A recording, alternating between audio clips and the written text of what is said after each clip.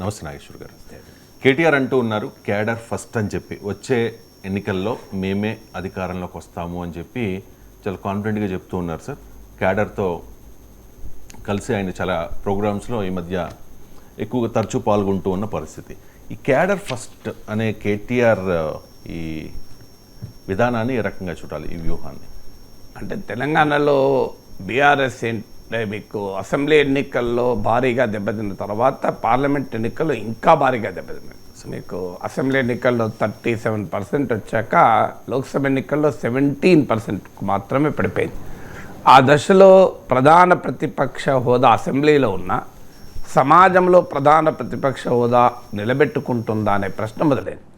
Bharatiya Janata party assembly ఎన్నికల్లో 14% voting వస్తే లోక్సభ ఎన్నికల్లో 35% ఓటింగ్తో దూసుకొచ్చింది. అంటే రాజకీయం కాంగ్రెస్ వర్సెస్ బీజేపీ అనే దశకు వచ్చింది. ఆ తర్వాత వరుసగా ఎమ్మెల్యేలు వెళ్ళిపోవడం మొదలుపెట్టారు. 10 మంది ఎమ్మెల్యేలు పోయారు. ఇంకా అసలు 2/3 ఖాళీ అవుతుంది. శాసనసభ పక్షమే విలీనం అని ప్రకటిస్తారు అనే దశకు కూడా వెళ్ళింది.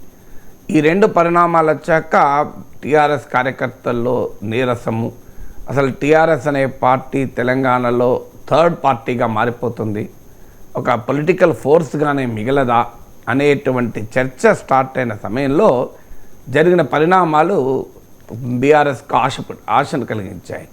మొదటి పరిణామం ఏంటంటే భారతీయ జనతా పార్టీ స్వయంకృతాపరాధం. 35% ఓటింగ్ వచ్చిన ఆ పార్టీ సమర్థవంతంగా ప్రధాన ప్రతిపక్షంగా సమాజంలో అవకాశం ఉండి కూడా ఆ రోల్ ప్లే చేయలేకపోయింది. అసెంబ్లీలో ఎలాగో నెంబర్స్ కూడా బీజేపీకి బీఆర్ఎస్ కన్నా తక్కువ ఉన్నాయి. బీఆర్ఎస్కున్న నాయకులు ఆ బీఆర్ఎస్కు ఉండేటువంటి లెజిస్లేటివ్ డిబేట్స్ ముందుకు తీసుకెళ్ళగలిగే కేటీఆర్, హరీష్ రావు లాంటి నేతలు బీజేపీకి అసెంబ్లీలో లేకపోవడం, ఉన్నవారు కేటీఆర్, హరీష్ రావుతో పోటీ పడలేకపోవడం అర్థం చేసుకోగలం అసెంబ్లీలో. కానీ సమాజంలో 35% ఓటింగ్ వచ్చి ప్రతి అంశానికి కాంగ్రెస్ ప్రభుత్వాన్ని ఛాలెంజ్ చేసి పార్టీని సమాయుత్తపరిచేటువంటి స్థాయిలో బీజేపీ రోల్ ప్లే చేయలేకపోయింది. 4+4 ఆఫర్. మొదటిసారిగా కంట్రీ డిలైట్ పాలని 4 రోజులు ఆర్డర్ చేసిన వాళ్ళకి మరో 4 రోజులు ఫ్రీ. ఇంకెందుకు ఆలస్యం, యాప్ని డౌన్లోడ్ చేసుకోండి. Download the country delight app now. దానికి కారణం ఏంటంటే ఆ పార్టీకి కనీసం ఒక అధ్యక్షుడు కూడా నియమించుకోలేకపోవడం, నాయకులుగా కిషన్ రెడ్డి, బండి సంజయ్ వ్యాఖ్యానాలు చేయడం, స్టేట్మెంట్లు ఇవ్వడము తప్ప ఒక యూనిఫైడ్ అపోజిషన్గా ఒక సర్వశక్తుల్ని సమాయుత్తం చేసుకొని అధికార పార్టీకి వ్యతిరేకంగా పోరాటం చేయగలిగే సత్తాను భారతీయ జనతా పార్టీ చూపెట్టలేకపోయింది. అది బీఆర్ఎస్కు కలిసి వచ్చిన మొదటి అంశం. రెండవ కలిసి వచ్చిన అంశం ఏంటి అంటే కాంగ్రెస్ పార్టీ ప్రభుత్వం పట్ల ఎంతో కొంత అసంతృప్తి మొదలు కావడం. ఈవెన్ ముఖ్యమంత్రి కూడా ఈ మధ్య ఇంటర్వ్యూలో చెప్పినట్టు మీడియాలో వచ్చింది, ప్రతిపక్షాల అబద్ధాలను కూడా ఎంతో మేరకు ప్రజలు నమ్ముతున్నారని. ప్రతిపక్షాలు అబద్ధాలు చెప్తే నమ్మారా, లేదా కాంగ్రెస్ ప్రభుత్వ తప్పుల వల్లనే ప్రజల్లో అసంతృప్తి మొదలైందా? ఈ అసంతృప్తి ఇప్పటికిప్పుడు కాంగ్రెస్ ప్రభుత్వాన్ని గద్దెదించాలి అని ప్రజలు కోరుకుంటున్నారనే స్థాయిలో ఉందని నేనేం అనడం లేదు. కానీ క్లియర్గా ప్రజల్లో అసంతృప్తి మాత్రం మొదలైంది. ఈ అసంతృప్తి మొదలు కావడం ఎప్పుడైనా అపోజిషన్ స్పేస్లో ఎవరు ప్రామినెంట్గా ఉంటే వాళ్ళకు ఉపయోగపడుతుంది. మీకు కేసీఆర్ ప్రభుత్వం పట్ల అసంతృప్తి పెరిగినప్పుడు గుర్తుండే ఉంటుంది, మొదట్లో దుబ్బాక, హుజూరాబాద్ జిహెచ్ఎంసీ సమయంలో అపోజిషన్ స్పేస్లో బీజేపీ ఆ రోల్ ప్లే చేసింది కనుక బీజేపీకి లాభమైంది. ఆ తర్వాత కాలంలో బండి సంజయ్ తొలగింపు, కాంగ్రెస్ రాజకీయాల్లోకి రేవంత్ రెడ్డి ముందుకు దూసుకురావడం, ఈ రెండు పరిణామాలు వచ్చాక కేసీఆర్ ప్రభుత్వం పట్ల ఉన్న అసంతృప్తిని ఛాలెంజ్ చేసి ఛానలైజ్ చేసే ప్రిన్సిపల్ అపోజిషన్ ప్లేయర్గా కాంగ్రెస్ ముందుకు రావడంతో కాంగ్రెస్ లాభమైంది, ఆ పార్టీ అధికారంలోకి వచ్చింది. అందువల్ల ఇక్కడ కూడా కాంగ్రెస్ పార్టీ పట్ల ఆ కాస్త అసంతృప్తి అయినా మొదలైన సమయంలో బీజేపీ నిర్వీర్యమైన పరిస్థితిలో, అంటే ఉండాల్సిన స్థాయిలో ఉండలేని స్థితిలో ఉంటే బీఆర్ఎస్ ఆ రోల్ను సమర్థవంతంగా ప్లే చేసింది. అది రుణమాఫీ అమలు కానీ వారి పక్షాన మాట్లాడడం కావచ్చు, గ్రూప్ 1 ఎగ్జామ్ గురించి మాట్లాడడం కావచ్చు, ఇలా అంది వచ్చిన ప్రతి అవకాశాన్ని చాలా పవర్ఫుల్గా బీఆర్ఎస్ నాయకులు ఉపయోగించుకోవడం మొదలుపెట్టారు. సో కేసీఆర్ ఫీల్డ్లో లేకపోయినా ఆ ఫీల్డ్లో కేటీఆర్ హరీష్ రావు ఉండి కేసీఆర్ లేడు అన్న భావన కూడా ప్రజలకు కలగకుండా జాగ్రత్త పడ్డారు. సో అందువల్ల ఇది రెండవ ఫ్యాక్టర్గా మూడవది. మూడవది, సహజంగా ఒక రాజకీయ పార్టీ ఓడిపోయాక బలహీనపడుతుంది, నీరసపడుతుంది, నిర్వీర్యపడుతుంది. కానీ ఆ పని బీఆర్ఎస్ చేయలే. బీఆర్ఎస్ని ఒక విషయానికి మాత్రం ఖచ్చితంగా అప్రిషియేట్ చేయాలి. దెబ్బ మీద దెబ్బ తగులుతున్నా, అంటే అసెంబ్లీ ఎన్నికల్లో 10% ఓటింగ్ తగ్గి, మీకు లోక్సభ ఎన్నికలకు వచ్చే వరకు మరో 20% ఓటింగ్ తగ్గి, మీరు 2018 అసెంబ్లీ ఎలక్షన్స్కు 2024 లోక్సభ ఎలక్షన్ల మధ్య బీఆర్ఎస్ ఓటింగ్ 30% పడిపోయింది. అంటే 2018 అసెంబ్లీ ఎలక్షన్లో 47% ఓటింగ్ వచ్చిన బీఆర్ఎస్ కాస్త 2024 లోక్సభ ఎలక్షన్స్లో 17% ఓటింగ్ వచ్చింది. కనీ విని ఎరగని స్థాయిలో పతనం. ఆ రకంగా అనీమియా అంటారు, అంత భయంకరమైన అనీమియా, అది మామూలు అనీమియా కాదు. ఆ దెబ్బకు అసలు బీఆర్ఎస్ లేవకూడదు. కానీ ఆ పార్టీ నాయకత్వం చూపినటువంటి పటిమ వల్ల నిలబడ్డది. దానికి ఖచ్చితంగా కేసీఆర్ వ్యూహరచనకు మనము మార్కులు వేయాలి. కేటీఆర్ హరీష్ రావు ప్లే చేసిన రోల్ను ప్రశంసించాలి వాళ్ళ పార్టీ దృక్పథం చూస్తే. అందువల్ల ఇది ఎప్పుడైతే బీఆర్ఎస్ ఓటింగ్లోనే కాదు, 47% నుంచి 17% ఓటింగ్ పడిపోవడమే కాదు, పార్టీ నుంచి పెద్ద సంఖ్యలో నాయకులు కూడా వెళ్ళిపోతున్న తరుణంలో ఆ పార్టీ క్షేత్రస్థాయిలో నిలబడడం వల్ల ఈ రకమైన ప్రభావాన్ని ఇప్పటికైనా చూపగలుగుతుంది. అంటే బీఆర్ఎస్ అనుభవంలో తెలుసుకున్నది ఏంటి? ఎన్నికల్లో ఓడిపోవచ్చు, ఓట్లు గణనీయంగా తగ్గచ్చు, పార్టీ నుంచి నాయకులు పోవచ్చు, కానీ ప్రజల్లో గనక ఉంటే క్షేత్రస్థాయిలో ప్రజల సమస్యలపైన కన్సిస్టెంట్గా నిలబడితే సందర్భం సమయం వచ్చినప్పుడు అవకాశం ప్రజలే ఇస్తారు అని. అది ఎప్పుడు వస్తుంది అవకాశం? నేనేమి ఊహాగానాలు చేయడం లేదు. కేటీఆర్ చెప్తున్నట్లు, కేసీఆర్ చెప్తున్నట్లు 2028లోనే వస్తుంది మాకు అవకాశం అంటున్నారు. I leave it to them. ఎవరి పొలిటికల్ స్పెక్యులేషన్ వారు చేసుకుంటారు. జనరల్ ప్రిన్సిపల్ ఏంటంటే, మీరు ఒక చెట్టు కూడా చూడండి, ఎండిపోతుంది, బాగా ఎండిపోతుంది, కానీ సడన్గా వర్షాలు పడి కాస్త అననుకూల వాతావరణం మారిపోయింది అనుకోండి, మళ్ళీ చిగురించి మళ్ళీ చెట్టు మరుస్తుంటుంది.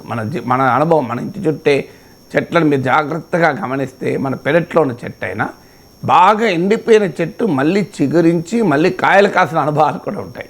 అంటే అర్థం ఏంటి? ఆ చెట్టు కనుక ఆ సర్వైవల్ ఇన్స్టింక్ట్ ప్రదర్శిస్తే, అంటే ఎండిపోయినా కూడా అననుకూల వాతావరణ పరిస్థితులను తట్టుకొని కనుక నిలబడితే అవకాశాలు వస్తాయి, సందర్భం వస్తుంది, మళ్ళీ దాన్ని ఉపయోగించుకుంటారు. అందువల్ల బీఆర్ఎస్ క్షేత్రస్థాయిలో ఆ ప్రజెన్స్ చూపెట్టగలిగింది కనుక దానికి కాస్త పర్సెప్షన్ అడ్వాంటేజ్ వచ్చింది.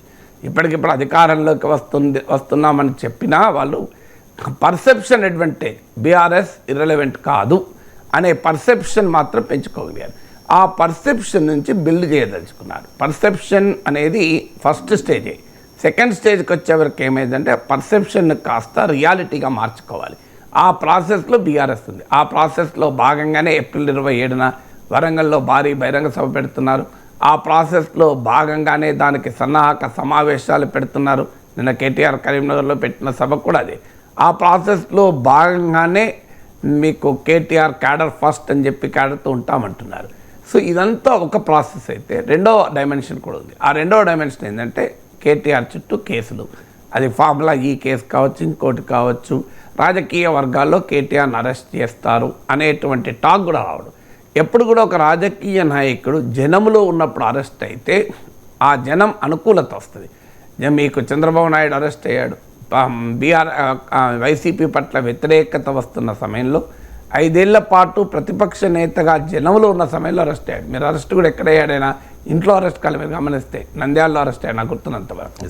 అలాగే మీకు ఇంకొక ఉదాహరణ జగన్మోహన్ రెడ్డి ఉమ్మడి రాష్ట్రంలో కాంగ్రెస్ ప్రభుత్వంలో ఎప్పుడు అరెస్ట్ అయ్యాడు? ఓదార్పు యాత్రలు చేస్తున్నాడని చెప్పిన సమయంలో అరెస్ట్ అయ్యాడు. అంటే ఎవరైతే జనంలో ఉన్నప్పుడు, జనం సమస్యలపైన పోరాడుతున్నప్పుడు, ప్రజాక్షేత్రంలో చురుకుగా ఉన్నప్పుడు అరెస్ట్ అయితే ప్రజలు ఆదరిస్తారు. ఈ ప్రిన్సిపల్ కూడా తెలుసు కనుక కేటీఆర్ ఈ అరెస్ట్ అంటూ జరిగితే ప్రజల్లో ఉండాలి. ఇప్పుడు కవిత అరెస్టు బీఆర్ఎస్కు ఎక్కడా రాజకీయంగా లాభం ఇవ్వలే, కానీ కేటీఆర్ అరెస్టును కూడా తన రాజకీయంగా లాభం వచ్చేలా, కనీసం లాభం రాకపోయినా నష్టం జరగకుండా ఉండేలా ఒక ప్రయత్నం చేస్తున్నాడు. అది కూడా ఈ క్యాడర్ ఫస్ట్ అని చెప్పి క్షేత్రస్థాయిలో ఉండటానికి ప్రయత్నం చేయడంలో కారణం అది. అందుకే మీరు గమనించండి, అదో లగచర్ల వచ్చినా, అదో గ్రూప్ 1 వచ్చినా, అది ఏ ఇష్యూ అయినా కానివ్వండి, మేము జనంలో ఉంటాం, జనంలో ఉంటానైతే రక్షణ, జన కవచం ఉపయోగపడుతుందనే ఆలోచనలో క్యాడర్ ఫస్ట్ అంటున్నారు. Right sir. దాంతోపాటు మరో కామెంట్ చేశారు సార్, ఎవరిని వదిలిపెట్టం, ఖచ్చితంగా మా కార్యకర్తలను వేధిస్తున్న అందరి పేర్లు రాస్తూ ఉన్నాం, వాళ్ళు రిటైర్ అయిపోయినా కూడా విదేశాలకు వెళ్ళిపోయినా కూడా వదిలిపెట్టే ప్రసక్తి లేదు, నెక్స్ట్ అధికారంలోకి వచ్చిన తర్వాత వాళ్ళ సంగతి చూస్తాము అని చెప్పి. ఈ క్రమంలో కేసీఆర్తో పోల్చుకున్నారు సార్. కేసీఆర్ అంత మంచివాడిని నేను కాదు అంటూ ఉన్నారు కేటీఆర్. ఏంటి సార్ కంపారిజన్? మనము మీడియాకు ఒక అలవాటు ఏంటంటే కోడిగుడ్డు పైన ఈకలు పీకుతా అంటారు కదా. సో కోడిగుడ్డు పైన ఈకలు పీకడం కూడా ఒక జర్నలిజంలో భాగమైపోయింది. సో కోతి కొబ్బరికాయ జర్నలిజం, కోడిగుడ్డ పైన ఈకలకు లెక్క పెట్టే జర్నలిజం ఏంటంటే ప్రతి దాంట్లో ఏదో పెద్ద నిగూఢమైన రాజకీయ రహస్యం ఉంది అని భావించి దానిపైన వ్యాఖ్యానాలు, దానిపైన ఎందుకు అంటే కారణం ఏంటంటే media has become trivialise. Serious అంశాలు, యూరోప్లో ఆర్థిక సంక్షోభం, ప్రపంచంలో రిసెషన్ వస్తుందా, అమెరికన్ ఎకానమీ ఏమవుతుంది, గ్లోబలైజేషన్ డీగ్లోబలైజేషన్ అవుతుంది, ఇలాంటి ఇష్యూస్ చర్చించే ఓపిక లేక ప్రతి వ్యాఖ్యలో కూడా ఏదో నిగూఢమైన ఉన్నది. కానీ రాజకీయ నాయకుల ప్రతి స్టేట్మెంట్లో రవిశంకర్ నిగూఢమైన రహస్యాలు ఏమి ఉండవు. ఒకప్పుడు పికాసో ఏదో చిరాకు పడి ఇట్లా గీతలు గీసిందట, తెల్లారి మీడియాలో కథనాలట. ఈ గీతలలో ఉన్న అర్థం మానవ జీవితము చాలా సంక్లిష్టమైందని పికాసో పికాసో ఏం చెప్పదలుచుకోవాలి, వట్టి గీసాడంతే. సో రాజకీయ నాయకులు రోజు ఒక స్టేట్మెంట్ ఇస్తారు. కేసీఆర్ అంత మంచోని కాదు అంటే కేసీఆర్లో ఉన్న మంచి లక్షణాలు ఏంటి, అవి కేటీఆర్లో లేవా, కేసీఆర్లో ఉన్న చెడు లక్షణాలు ఏంటి, అవి కేటీఆర్లో ఉన్నాయా అని ప్యాకేజీలు రాసుకొని మనకు సమయాన్ని కిల్ చేసడానికి 24 hour టెలివిజన్లో ఏమి చూపెట్టాలో క్రియేటివిటీ లేనప్పుడు ఈ రకమైన పనులు మీడియా చేస్తూ ఉంటుంది. కానీ నాలాంటి వాడికి చాలా టాపిక్స్ ఉన్నాయి రవిశంకర్. సో అందువల్ల I'm not so bothered.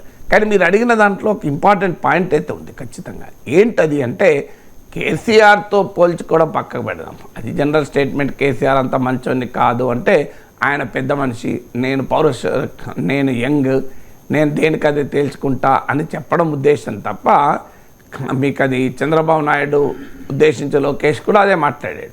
So కానీ అసలు విషయం ఏంటి అంటే కేసీఆర్ వేరు, కేటీఆర్ వేరు కాదు, ఇద్దరు ఒకటే. చంద్రబాబు వేరు, లోకేష్ వేరు కాదు.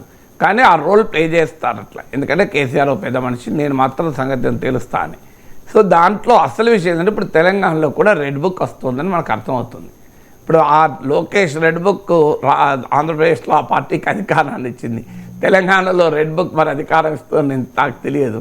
సో ఈ రాసి పెట్టుకుంటాం, సంగతి తెలుస్తాం. ఎందుకంటే ఈ పొలిటికల్ డిస్కోర్స్ ఏంటంటే మీడియా, సోషల్ మీడియా వచ్చాక పొలిటికల్ డిస్కోర్స్ను ఎంత సమర్థవంతంగా నిర్వహిస్తారు అనే అంశం ఆధారంగా కూడా ప్రజల్లో ఆ పార్టీల పట్ల ఆదరణ పలుకుబడి పెరుగుతుంది.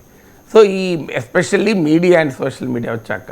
సో అందువల్ల ప్రతి మాటకు నువ్వా నేనా అనే రీతిలో పాలిటిక్స్ నడుస్తూనే ఉంటాయి.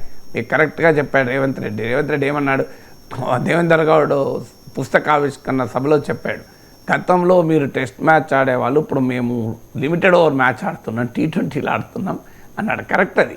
సో రాజకీయాలు T20 అయ్యాయి. నువ్వెంత అంటే నువ్వెంత, నేను ఇచ్చేస్తా అంటే నేను ఇచ్చేస్తాను, నీ సంగతి తెలుస్తా, నువ్వు జైలుకి పోతా అంటే నేను జైలుకి పోతాం. సో ఫుట్బాల్ ఆడతాం, వాలీబాల్ ఆడతాం, క్రికెట్ ఆడతాం, టేబుల్ టెన్నిస్ ఆడతాం, ఇలా అన్నీ చెప్పుకుంటుంటారు. సో దానికి ఏమి పెద్ద పొలిటికల్ ఎనాలిసిస్ చేసేది ఉండదు, కామెంట్ చేసి వదిలేయడమే. సో దీంట్లో ఏమున్నది, తెలంగాణలో కూడా రెడ్ బుక్ వస్తుంది అని చెప్తున్నాడు కేటీఆర్. మంచిదే కదా, అది మరి దీన్ని రెడ్ బుక్ అంటారు, అక్కడ రెడ్ అన్నాడు కనుక దీన్ని పింక్ బుక్ అందాం. సో ఆంధ్రప్రదేశ్లో రెడ్ బుక్ కనుక తెలంగాణలో పింక్ బుక్ వచ్చేస్తుంది, చూద్దాం ఏమవుతుంది అనేది. Right sir. ఇక తెలంగాణ బీజేపీ అధ్యక్షుడి నియామకం ఎందుకు లేట్ అవుతోంది అనే దాని మీద రకరకాల చర్చలు జరిగాయి సార్. ఎట్టకేలకు మరో వారం రోజుల్లో, అంటే ఈ వారంలోనే తెలంగాణ రాష్ట్ర అధ్యక్షుడి నియామకం ఉండబోతోందనే ఒక వార్తను చూస్తూ ఉన్నాం సార్. ఆ విషయం మీదే మాట్లాడడానికి హుటాహుటిన నిన్న కిషన్ రెడ్డి ఢిల్లీ వెళ్ళినట్లుగా కూడా ప్రచారం జరుగుతోంది. సో బీసీ వర్గానికి ఎక్కువ అవకాశాలు ఉన్నాయి, రేసులో రామచంద్రరావు కూడా ఉన్నారు అనే వార్త చూస్తూ ఉన్నాం సార్. సో రాష్ట్ర బీజేపీకి కొత్త అధ్యక్షుడి నియామకానికి ఒక క్లారిటీ వచ్చే అవకాశం ఉందంటారు ఈ వారంలో? అంటే దానికి ఇది ఒక తెలంగాణలో బీజేపీ అధ్యక్షుడు అనేది ఒక మెగా సీరియల్. ఈ సీరియల్లో రోజు కొత్త పాత్రధారులు వస్తూనే ఉన్నారు. సో లిస్ట్ అంటూ రాసుకుంటూ పోతే 1 బండి సంజయ్, 2 కిషన్ రెడ్డి, 3 డాక్టర్ లక్ష్మణ్, 4 ఈటల రాజేందర్, 5 మురళీధర్ రావు, 6 మీకు మనోహర్ రెడ్డి, 7 రామచంద్రరావు, 8 ధర్మపురి అరవింద్, 9 డికే అరుణ, 10 రామచంద్రారెడ్డి, 11 రఘునందన్ రావు. ఇంకా నాకు గుర్తురావడంలో ఇంకెవరైనా ఉండొచ్చు. రేసులో లేనని చెప్పారు కదా సార్. సో రాజకీయ నాయకులు అందరూ చెప్తారు రేసులో ఉన్నారని చెప్తారా ఎవరైనా? సో రాజకీయ నాయకులు చెప్పేది రేసులో ఉండరు. మీకు అధిష్టానం కనుక ఆదేశిస్తే ఏ బాధ్యత అయినా చేపడతారు కదా. సో ఇప్పుడు ఎంతమంది అయ్యారు? 11 అయ్యారు. 12 పాయల్ శంకర్. సో ఇంకా ఎంతమంది వస్తారో తెలియదు. ఇప్పటికైతే 12 మంది అయ్యారు. డీకే అని చెప్పాను. సో ఈ 12 మంది ఉన్నారు. ఇందులో రెడ్డి సామాజిక వర్గమా, బీసీ సామాజిక వర్గమా, ఇదొక డైమెన్షన్. ఇంకో డైమెన్షన్ ఏంటంటే పార్టీ ఒరిజినల్ క్యాడరా, ఓటీ బ్యాచా, ఒరిజినల్ పార్టీ బ్యాచా, ఓపీ బ్యాచ్, లేదు బయట నుంచి వచ్చిన బీపీ బ్యాచా. So OP batch, BP batch వల్ల బీపీ పెరుగుతోంది. సో ఇవన్నీ ఒక డైమెన్షన్. ఇందులో అమిత్ షా ఈ మధ్య కొద్ది రోజుల క్రితం అమిత్ షాను కలిశారు బీజేపీ నాయకత్వం. సో 3-4 రోజుల క్రితం మన పత్రికలు వచ్చి చూసింటారు. అమిత్ షా ఒక ఆసక్తికరమైన కామెంట్ చేశారు. మనదే అవకాశం 2028లో మీరు గనక యునైటెడ్గా ఫైట్ చేస్తే అన్నాడు. సో ఇంట్రెస్టింగ్ పాయింట్ అది. ఇందులో 2 పార్ట్స్. ఒకటి అమిత్ షా అన్నది ఏంది, 2028లో మనకే అవకాశం 2028లో వస్తుందా లేదా అని నేను తెలియదు. కానీ సో బీజేపీ విన్నర్ అని నేను కంక్లూడ్ చేయలేను. కానీ బీజేపీ ఇస్ ఎ కంటెస్టెంట్ అని మాత్రం ఖచ్చితంగా చెప్పగలను. సో ఇప్పుడు మీకు ఆంధ్రప్రదేశ్లో బీజేపీ వేరు, తెలంగాణలో బీజేపీ వేరు. ఇప్పుడు తమిళనాడులో బీజేపీ ఉందనుకోండి, విన్నర్ పక్క పెడదాం, కంటెస్టెంట్ కూడా కాదు. కేరళలో బీజేపీ అనుకోండి, కంటెస్టెంట్ కూడా కాదు. ఆంధ్రప్రదేశ్లో కూడా బీజేపీ అనుకోండి, విడిగా కంటెస్టెంట్ కాదు, అసలు పోటీదారు కూడా కాదు. తెలంగాణలో డెఫినెట్గా BJP is a contestant. So బీజేపీకి అధికారం వస్తుందా అంటే ఆ రకమైన కనీసం ఆశించటానికి, ఊహించటానికి, ఆశపడటానికి ఎక్కడో ఒక చోట కాస్తంత సిగ్నల్స్ రావటానికి బీజేపీకి 2028కి ముందు అవకాశం వచ్చింది. అది మీకు దుబ్బాకతో మొదలైంది. ఒక రకంగా రఘునందన్ రావు సర్ప్రైజింగ్ విక్టరీతో మొదలైంది.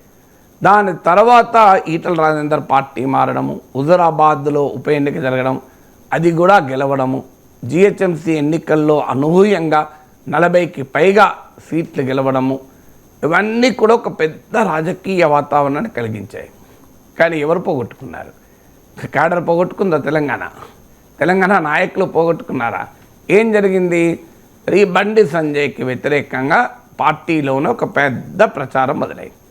బండి సంజయ్ అందరినీ కలుపుకొని పోతున్నాడా అదొక డైమెన్షన్. కానీ బండి సంజయ్ని వేటు వేస్తే పార్టీకి లాభమా నష్టమా అని ఆలోచించుకోవాలిగా. బండి సంజయ్ పని విధానంలో లోపం ఉంటే, బండి సంజయ్ నాయకత్వ శైలిలో లోపం ఉంటే దాన్ని భారతీయ జనతా పార్టీ అగ్రనాయకత్వం సరిచేయవచ్చు. బండి సంజయ్ పార్టీలో కమిటెడ్ డిసిప్లిన్ క్యాడర్, పార్టీ అధిష్టానం చెప్తే వినకుండా తన పద్ధతిలో తాను ఒంటెత్తుగా వ్యవహరిస్తాడని అనుకోను. ఆయన ప్రతి మనిషికి ఒక స్వభావం ఉంటుంది, ప్రతి మనిషికి వ్యవహార సరళి ఉంటుంది. ప్రతి మనిషి వ్యవహార సరళిని సవరించుకుంటారు ఎంతో కొంత. ఆ సవరించుకోనప్పుడు పక్కకు పెడతారు.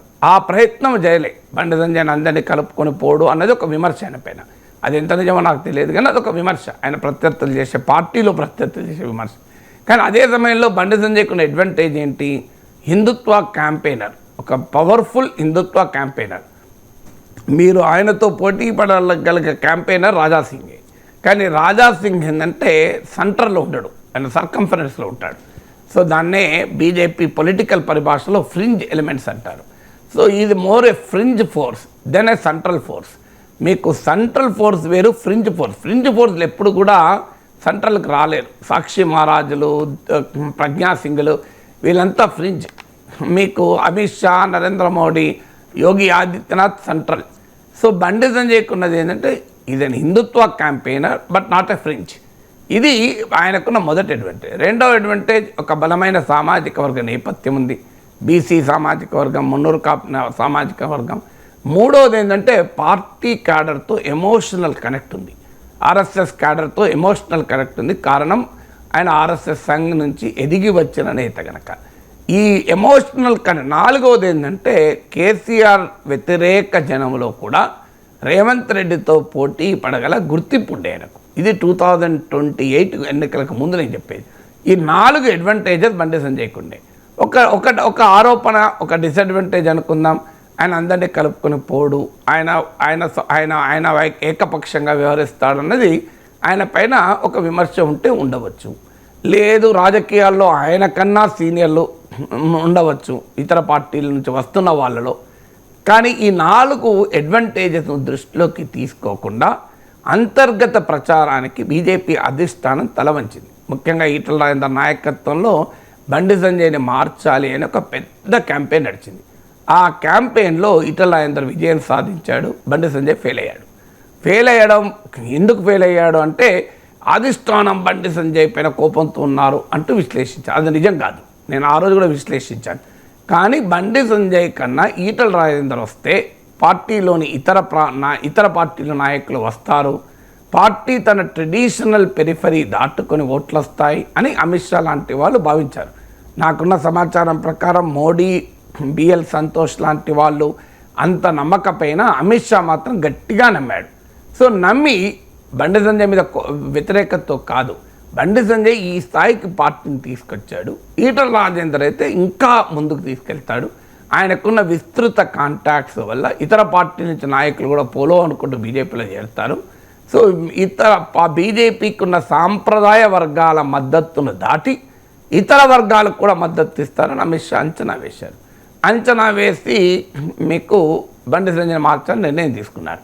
బండి సంజయ్ని మార్చి ఇటలందరూ పెడతామన్న వరకు మళ్ళీ అభ్యంతరం వస్తే వయా మీడియాగా కిషన్ రెడ్డిని తీసుకొచ్చి పెట్టారు. ఇది జరిగిన వ్యవహారం. ఈ వ్యవహారం ఎప్పుడైతే జరిగిందో, నేను అన్నది బండి సంజయ్ మీద వ్యతిరేకత కాదు అంతానికి ఉదాహరణ, బండి సంజయ్కి క్యాబినెట్లో మంత్రివర్గంలో ఎవరికి ఇచ్చారు చోటు? ఈటలేందర్కి ఇవ్వలేదు, డీకేఆర్కి ఇవ్వలేదు కదా.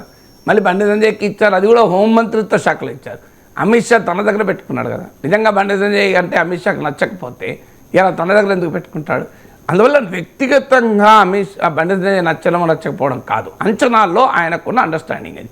కానీ ఆ అండర్స్టాండింగ్ కాస్త బెడిసి కొట్టింది. అంటే మీరు ఐక్యంగా ఉండండి గెలుస్తారంటారు. ఐక్యతను దెబ్బతీసింది ఎవరు? ఐక్యతను దెబ్బతీసే పరిణామాలని బీజేపీలో అనుమతిస్తున్నది ఎవరు? ఎక్కడ చూసారా బీజేపీలు ఈ రకంగా? ఇప్పటికీ కూడా లోక్సభ ఎన్నికల్లో బాగా ఓటింగ్ వచ్చిన అసెంబ్లీ ఎన్నికలు ఎందుకు గెలవలేకపోతున్నారు? మీకు 2014లో 5 సీట్స్, 2018లో మీకు 1 seat, 2023లో 8 seats.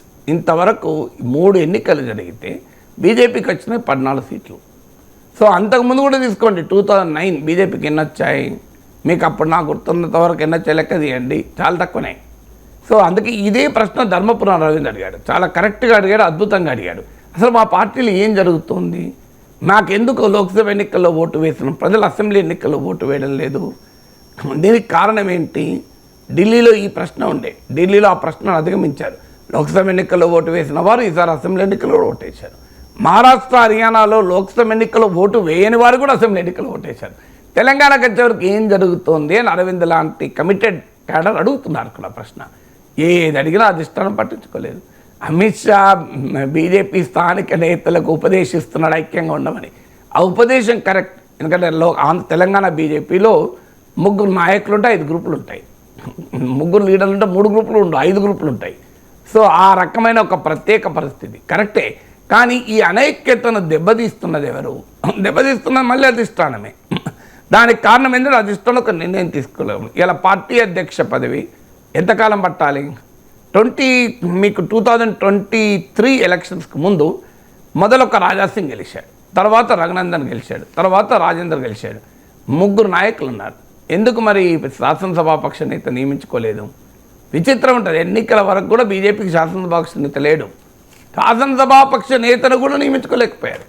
So Raghunandan Rao ఉన్నాడు, ఈటల రాజేందర్ ఉన్నాడు, అందరికన్నా సీనియర్ ఈటల, అందులో అనుమానం లేదు. మంత్రిగా వ్యవహరించాడు, బీఆర్ఎస్ శాసనసభాపక్ష నేతగా ఉన్నాడు. తెలంగాణ క్యాబినెట్లో టెక్నికల్గా రెండవ పొజిషన్లో ఉన్నాడు ఆర్థిక మంత్రిగా. అలాంటి నాయకుడు ఉన్నా కూడా అతను శాసనసభాపక్ష నేత చేశారా? చేయలే. పోనీయండి, ఇప్పుడు రఘునందన్ రావు చేశారా? చేయలే. దుబాకలో విజయం ద్వారా బీజేపీకి ఒక టర్న్ ఇచ్చాడు, మామూలు టర్న్ కాదు కదా. బీజేపీ గ్రాఫ్ గీస్తే బిఫోర్ దుబ్బాక ఆఫ్టర్ దుబ్బాక వస్తుంది. మరి రఘునందన్ చేయొచ్చు కదా, చేయలే. పోనీ ఇవేది కాదు, హిందుత్వ క్యాంపెయినరు రాజా సింగ్ ఆయనన్న చేశారు, ఆయనను చేయలే.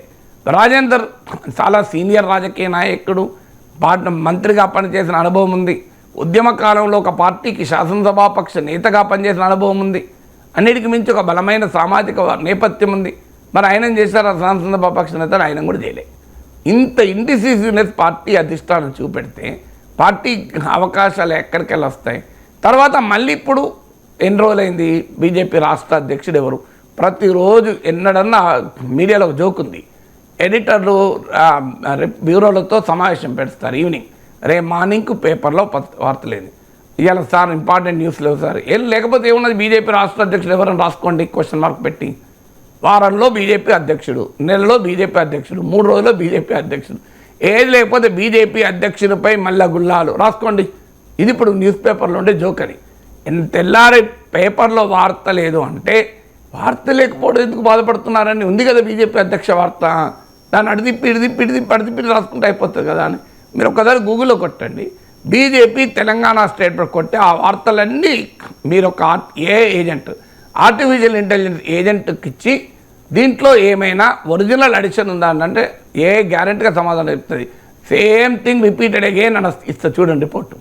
ఇటు తిప్పుతున్నారు, అటు తిప్పుతున్నారు. పత్రికల్లో బండి సంజయ్ అవుతాడా, ఈటలందరూ అవుతాడా, రామచంద్ర, ఇవాళ కూడా పేపర్లు ఏమున్నది అదే కదా వార్త. వారంలోగా బీజేపీ దళపతి బండి సంజయ్ బీసీ వర్గానికే రామచంద్రరావు ఉన్నాడు. దానికైనా పోలికుందా? బీసీ వర్గానికి రామచంద్రరావు ఉన్నాడు కదా. ఈ వండి వార్చేటువంటి వార్తలు ఇవి. ఈ వార్తలకు అవకాశం బీజేపీ నిర్ణయం తీసుకోలేకపోవడం ఆశ్చర్యకరంగా. ఒక రాష్ట్ర అధ్యక్షుని విషయంలో ఇన్ని నెలల పాటు నిర్ణయం తీసుకోలేని దుస్థితిలో బీజేపీ అధిష్టానం ఉంది. దీనికి కారణం ఏంటంటే ఒక నాయకునికి ఒక 5 మద్దతు ఇస్తే 10 మంది వ్యతిరేకిస్తున్నారు. సో నాయకుల్ని మద్దతు ఇచ్చే వాళ్ళకన్నా ప్రతి నాయకుని వ్యతిరేకించే వాళ్ళ గోలెక్కున్నది. సో ఒకరి పేరు ముందుకు వచ్చుతోనే ఇంకమంది మళ్ళీ ఆయన వద్దు అంటున్నారు, ఇంకోరు ముందుకు వచ్చుతోనే ఆయన వద్దు అని ఎక్కువ మంది పోతున్నారు.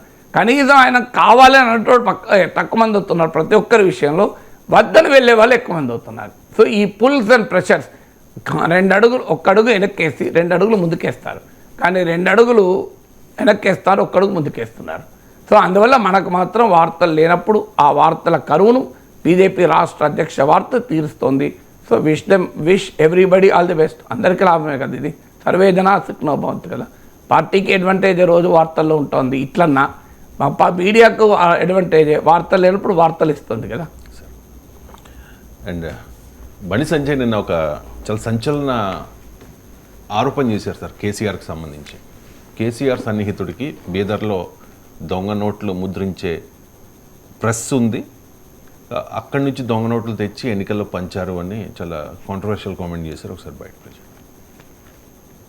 10 సంవత్సరాలు ఒక కుటుంబ పాలన, ఒక అవినీతి పాలన, ఒక మూర్ఖత్వ పాలన తెలంగాణ మొత్తం సర్వనాశనం అయిపోయింది.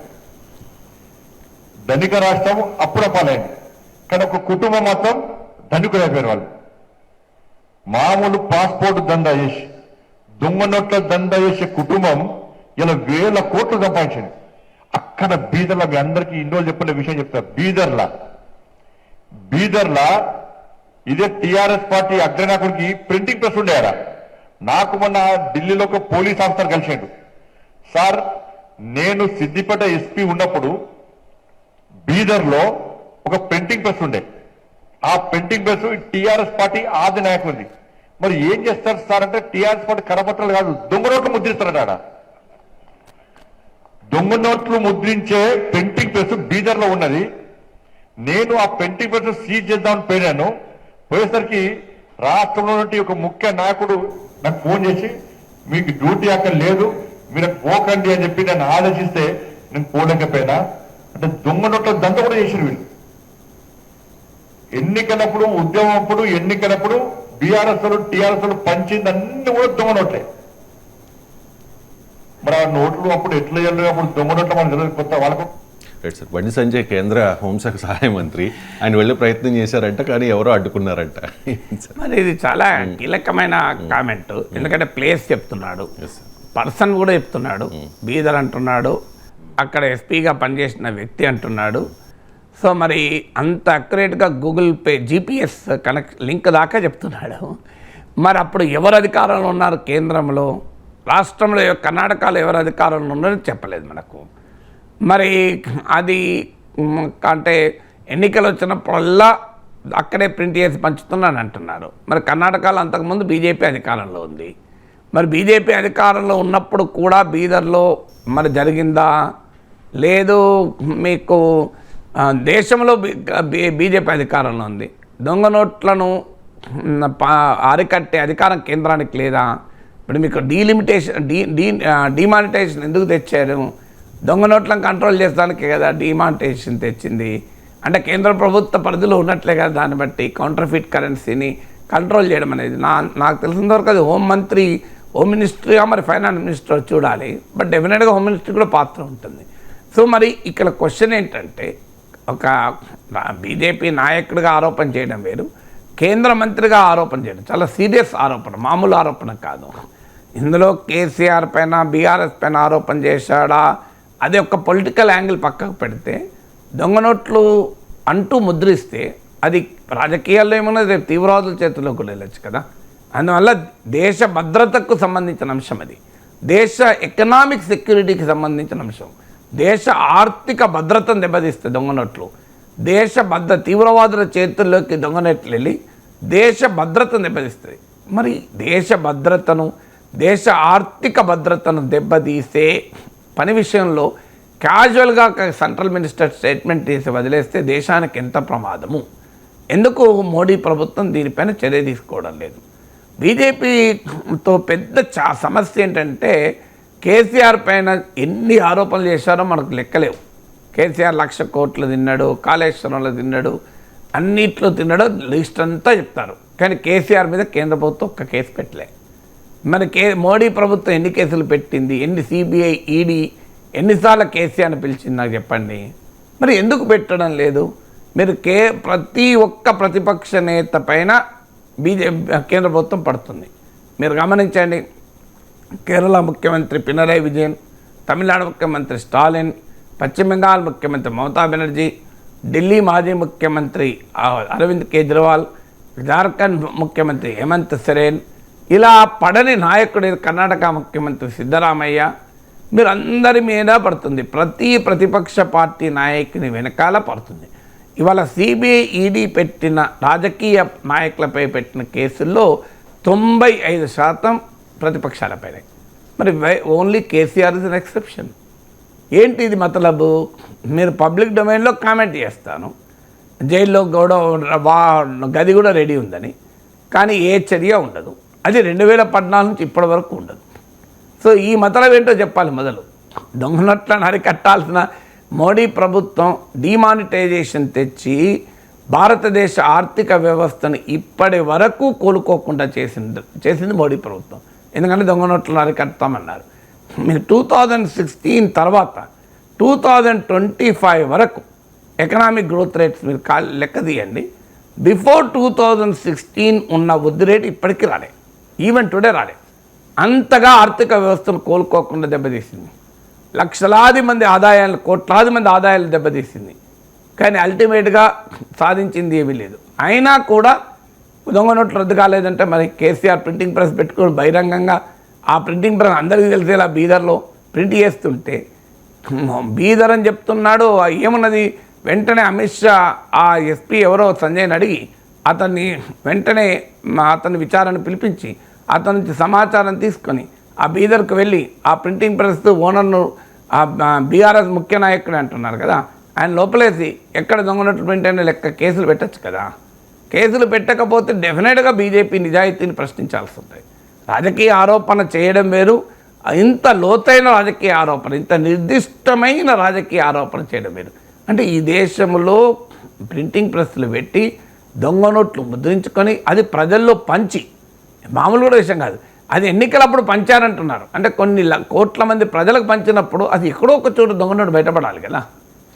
మరి కోట్ల మంది ప్రజలకు ఎన్నికలప్పుడల్లా దొంగ నోట్లే పంచితే అది బయటపడాలి కదా. ఇంతవరకు బీజేపీ ఎంతమంది దగ్గర దొంగ నోట్లు పట్టుకున్నది? సో ఇలాంటి ఆరోపణ చేసినప్పుడు దేశ భద్రతకు సంబంధించిన అంశం, దేశ ఎకనామిక్ సెక్యూరిటీకి సంబంధించి, it's not simple political allegation రోజు చేసుకుంటారు, ఐఎమ్ నాట్ బాదర్డ్. కానీ ఇది వెరీ సీరియస్ అలిగేషన్ కదా. అందులో యూనియన్ హోమ్ మినిస్టర్, హోంశాఖ సహాయ మంత్రి చేస్తున్న ఆరోపణ. సో డెఫినెట్గా మోడీ ప్రభుత్వ చిత్తశుద్ధికి ఇది ఒక పరీక్ష. ఇలాంటి దొంగ నోట్ల ప్రింటింగ్ ప్రెస్ ఈ దేశంలో బహిరంగంగా దొంగ నోట్లు ముద్రించి ప్రజలకు పంపిణీ చేస్తుంటే 10 ఏళ్ళుగా మోడీ ప్రభుత్వం ఏం చేస్తుందన్న ప్రశ్న వస్తుంది కదా. ఈ మధ్య జరిగిన జనసేన పార్టీ జయకేతనం సభలో పవన్ కళ్యాణ్ తమిళంలో కూడా మాట్లాడారు. సో తమిళ మీడియా అంతా కూడా ఇప్పుడు పవన్ కళ్యాణ్ వ్యూహం ఏంటి, ఆయన స్ట్రాటజీ ఏంటి, అండ్ ఆయన ఎటువైపు వెళ్ళబోతూ ఉన్నారు, డీలిమిటేషన్ మీద ఆయన అభిప్రాయం ఏంటి, దాంతోపాటు త్రిభాషా సూత్రం మీద ఆయన ఏ రకంగా ముందుకెళ్ళబోతూ ఉన్నారు అనే దాని మీద ఫోకస్ చేసిన పరిస్థితి. సో నిన్న పవన్ కళ్యాణ్ తమిళ మీడియాతో మాట్లాడారు సార్. తంటి ఛానల్ అనుకుంటా ఒక ఎక్స్క్లూజివ్ ఇంటర్వ్యూ ఇచ్చారు.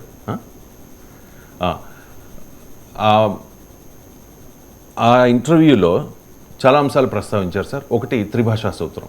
ఇప్పుడు ఎక్కువగా దక్షిణాది రాష్ట్రాలు అపోజ్ చేస్తున్నాయి, ఎస్పెషల్లీ తమిళనాడు సర్కార్. ఈ త్రిభాషా సూత్రం మీద మాట్లాడుతూ భాషను బలవంతంగా రుద్దడాన్ని వ్యతిరేకిస్తాను అని చెప్పి కామెంట్ చేశారు. అండ్ ఈ డీలిమిటేషన్కి సంబంధించి, డీలిమిటేషన్ వల్ల దక్షిణాదికి ఎటువంటి నష్టం జరగదు అని అనుకుంటూ ఉన్నాను అని చెప్పి మాట్లాడారు. ఒకసారి బయట. See, my feeling is India should get integrated more. We should not get divided on the lines. In fact, I want North Indians to understand Tamil, to North Indians to understand Telugu, North Indians to understand Kannada. Certain issues are there, but that should not be the criteria to have a divisive approach. The three language, definitely I agree. Okay, you don't want to impose Hindi, learn some other language, some other Indian language. Even my advice or my approach was to cultural integration. I think North also should look at South Indian languages. That's what my even gesture anga illada podu namakita mattum ade expecting a little too much. See, that is what the democracy is all about. We have to debate, we have to do a discourse, we have a dialogue. We should do a lot of deliberations. See, right sir. ఈ త్రిభాషా సూత్రానికి సంబంధించింది చెప్తూ ఉన్నారు. దక్షిణాది భాషలను కూడా మరి నేర్చుకోవాలి కదా.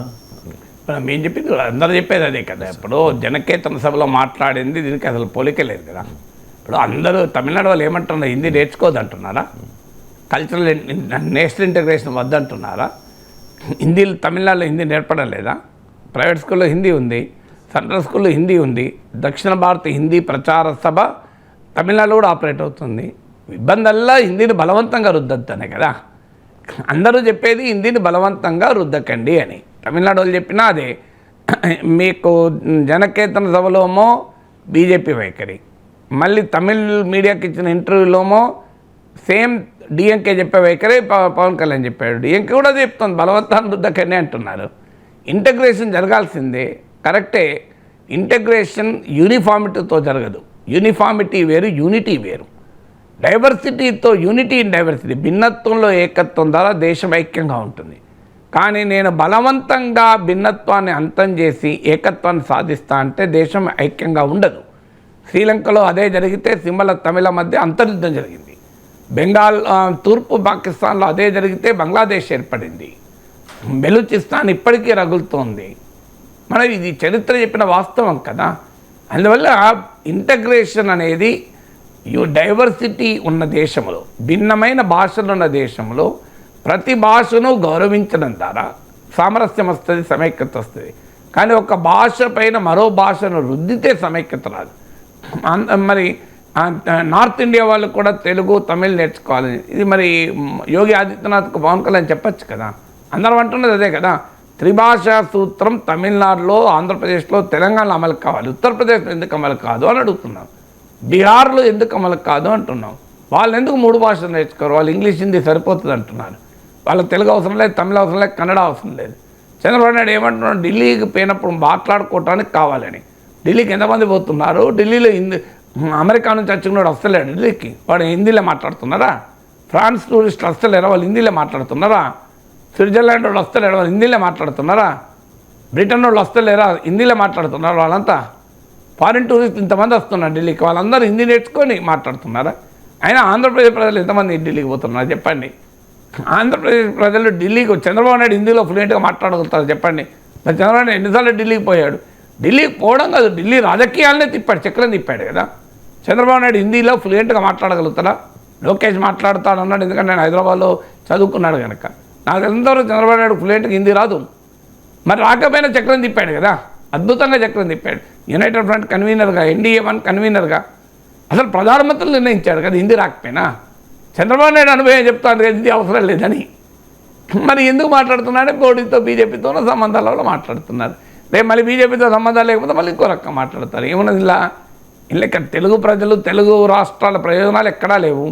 సో బీజేపీతో భయాన్నో భక్తితో ఉన్నంతకాలం ఒక రకంగా మాట్లాడతారు, అది పోయిన రోజు ఇంకో రకంగా మాట్లాడతారు. సో ఇది రాజకీయాల్లో చూస్తున్నాం కదా. అందువల్ల అందరూ చెప్పేది అదే, బలవంతంగా రుద్దకండి. మీరు ఉత్తరాదిన కూడా దక్షిణాది భాషలు నేర్చుకోండి.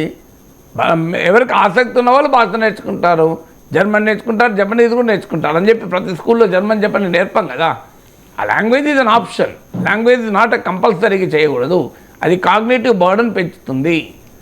మీకు కాగ్నిటివ్ బర్డన్ పెంచకండి అని చెప్పేది. మ్యాథమెటిక్స్, సైన్స్ ఇవాళ ప్రపంచంలో నడిపించగలిగే అవకాశాలు ఉన్నాయి కదా.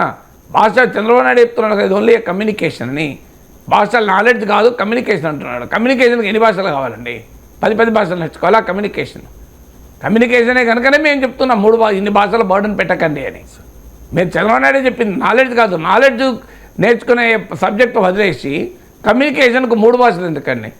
అంటే ఢిల్లీకి పోయినప్పుడు కావాలి. ఢిల్లీకి ఎంతమంది పోతాను ఆంధ్రప్రదేశ్ పౌరులు చెప్పండి?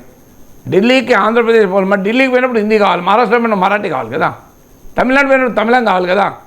అందుకొరకు అన్ని భాషలు నేర్పుకుందాం, మ్యాథమెటిక్స్ తీసేసి కన్నడగా పోయినప్పుడు కన్నడ కావాలి కదా. ఎక్కడ పోతే అక్కడ ఆడు పోయినవాడు నేర్చుకుంటాడు, ఎవడు బాధలు పడతారు వాళ్ళు. అందుకొరకు అందరినీ నేర్పడం. జర్మనీ పోతాను కదా, జర్మన్ నేర్చుకోవాలి, జపనీస్ పోతే జపాన్ నేర్చుకోవాలి. ఎవరికి అవసరం ఉందో వాళ్ళు నేర్చుకుంటారు. చంద్రబాబు నాయుడు చెప్తున్నారు కదా నాలెడ్జ్ కాదు కమ్యూనికేషన్ అని. మరి నాలెడ్జ్ ఇచ్చే సబ్జెక్టుల మీద లోడు పెంచి లాంగ్వేజ్ కమ్యూనికేషన్ కదా, అవసరం ఉన్న వాళ్ళు నేర్చుకుంటారు. హిందీ నేర్చుకోవద్దని ఎవరంటున్నారు? హిందీ వద్దని ఎవరు అనడం లేదు. హిందీని బలవంతంగా రుద్దకండి అంటున్నారు అంతే.